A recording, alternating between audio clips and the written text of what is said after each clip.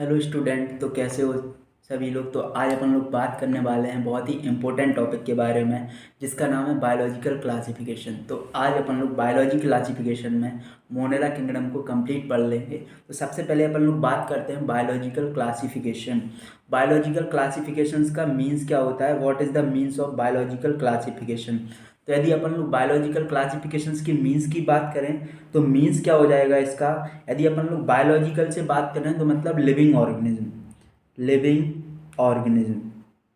Classifications का means क्या होता है, यदि अपन लोग क्लासिफिकेशंस की मीन्स करें तो इसका मतलब होता है कैटेगराइज इन अवर ग्रुप्स। ठीक है, मतलब कि डिफरेंट टाइप्स ऑफ ग्रुप में अलग अलग डिवाइड कर देना, उसको अपन लोग क्या बोल देते हैं, classification. Differentiate differentiate in difference categories और groups, that is a biological classification. अब सबसे पहले जो अपन लोग अर्लीस्ट क्लासिफिकेशन की बात करते हैं कि जो सबसे अर्लीस्ट क्लासिफिकेशन था, अर्लीस्ट क्लासिफिकेशन, तो अर्लीस्ट क्लासिफिकेशन को दिया किसने था। अर्लीस्ट क्लासिफिकेशन, तो अर्लीस्ट जो क्लासिफिकेशन था सबसे पहले दिया किसने था, तो अर्लीस्ट क्लासिफिकेशन दिया था एरिस्टोटल ने।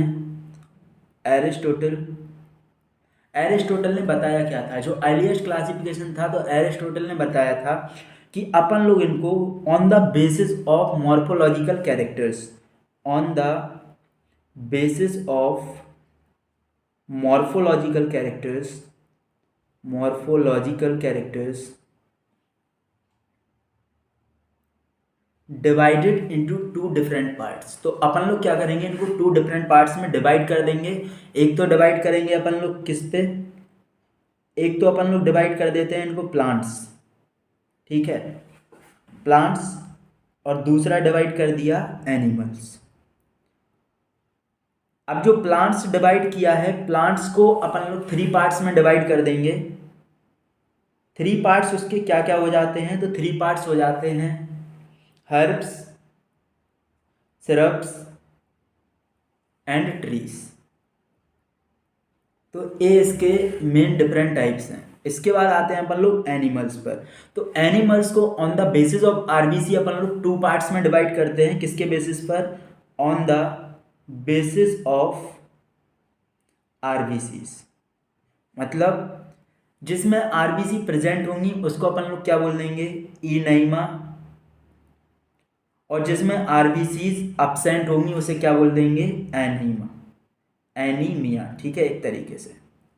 तो ये अपन लोगों ने आरबीसी की बेसिस पर टू डिफरेंट पार्ट्स में इसको क्या किया, डिवाइड कर दिया। इसके बाद अपन लोग आगे चलते हैं। इसके बाद सबसे पहले आया two kingdom classification. Two kingdom classification, two kingdom classification.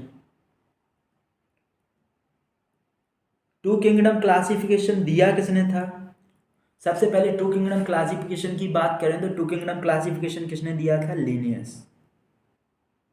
ठीक है, अब लीनियस ने क्या किया, लीनियस ने जनरली इसको टू पार्ट्स में डिवाइड कर दिया।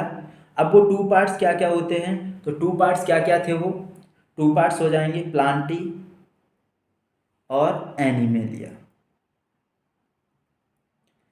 इसके बाद आता है third kingdom classification. Third kingdom classification,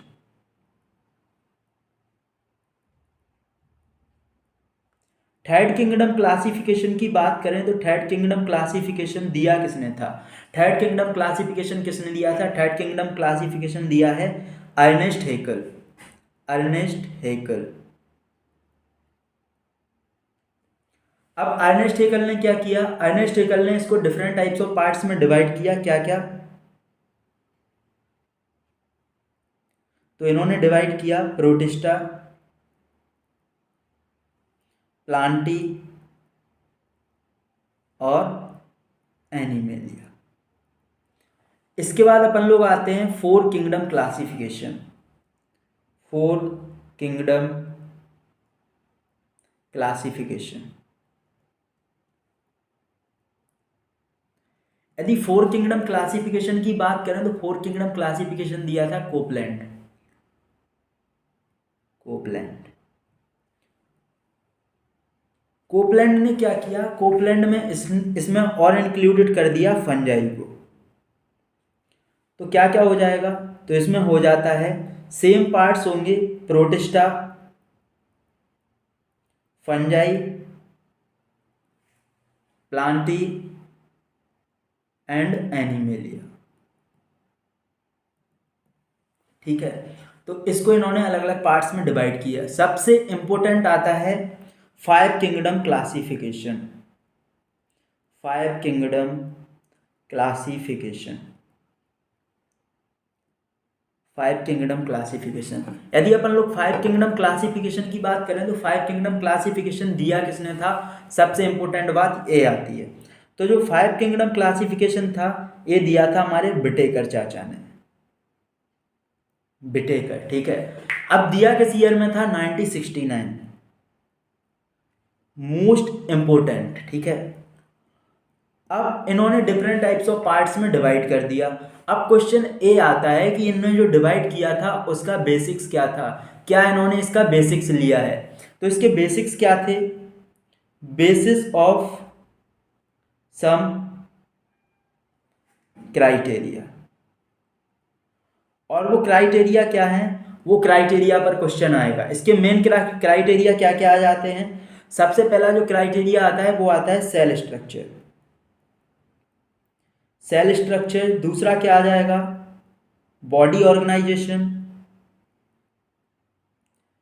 cell structure, इसका सेल स्ट्रक्चर्स कैसा होगा, प्रोकैरियोट्स होंगे या फिर डिफरेंट टाइप्स ऑफ यूकैरियोट्स भी हो सकते हैं। इसके बाद नेक्स्ट आता है mode of nutrition. Mode of nutrition, अब यदि मोड ऑफ न्यूट्रिशन की बात करें तो मोड ऑफ न्यूट्रिशन भी डिफरेंट टाइप्स का हो सकता है, जैसे कि वो ऑटोट्रॉप्स हैं, हेट्रोट्रॉप्स हैं या फिर सेप्रोफाइट्स हैं, ऑब्लिगेट पैरासाइट्स हैं, क्या हो सकते हैं वो।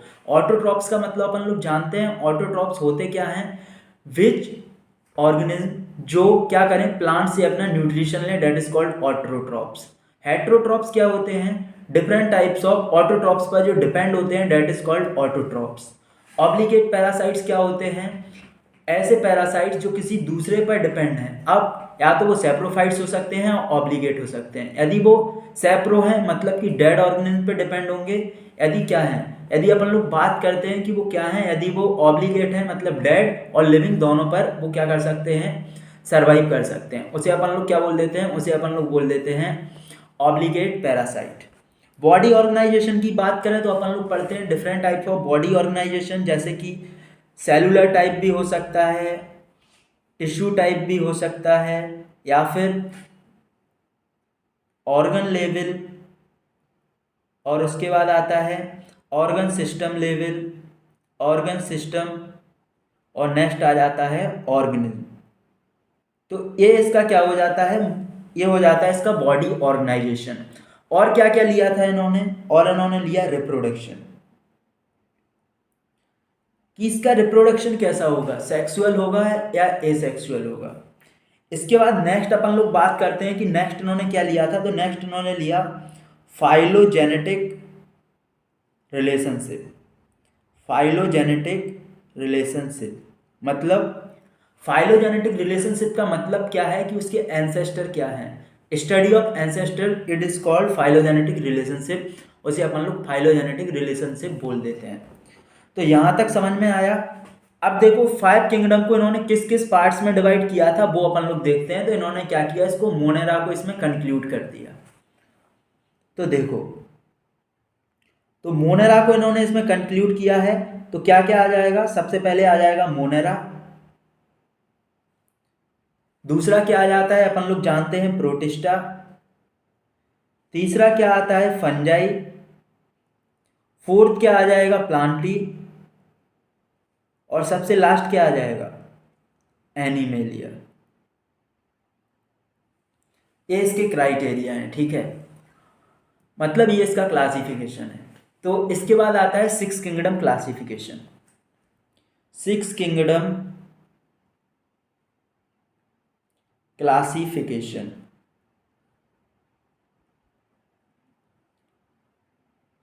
सिक्स किंगडम जो क्लासिफिकेशन था वो था क्या, वो दिया था कार्ल वूज ने, ठीक है, कार्ल वूज।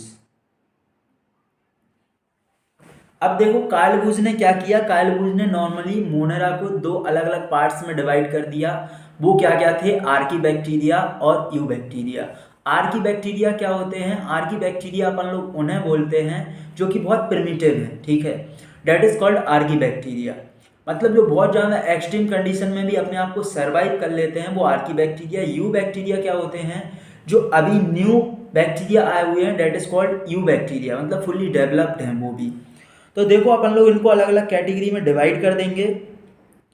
तो क्या किया इन्होंने, मोनेरा को दो पार्ट्स में डिवाइड किया है। कौन कौन से पार्ट्स, आर्की बैक्टीरिया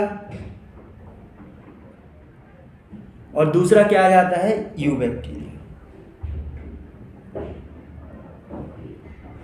नेक्स्ट अपन लोग बात करते हैं तो क्या है, प्रोटिस्टा सेमी, इसके बाद फंजाई, प्लांटी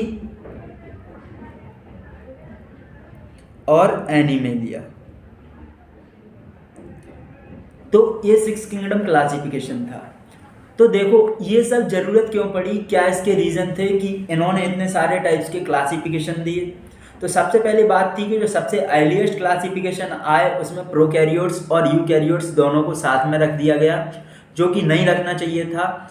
और क्या था कि जो भी मतलब बीजीए था, बीजीए को इसने एल्गी में रख दिया। तो एल्गी में नहीं रखना था क्योंकि बीजीए क्या है, एक बैक्टीरिया है, तो उसको मोनेरा में रख देना चाहिए था, ऐसा नहीं था। ये इसके एक्सेप्शंस है, जिसकी वजह से 6 type of classification, 4 types 5 types of classification को किया गया।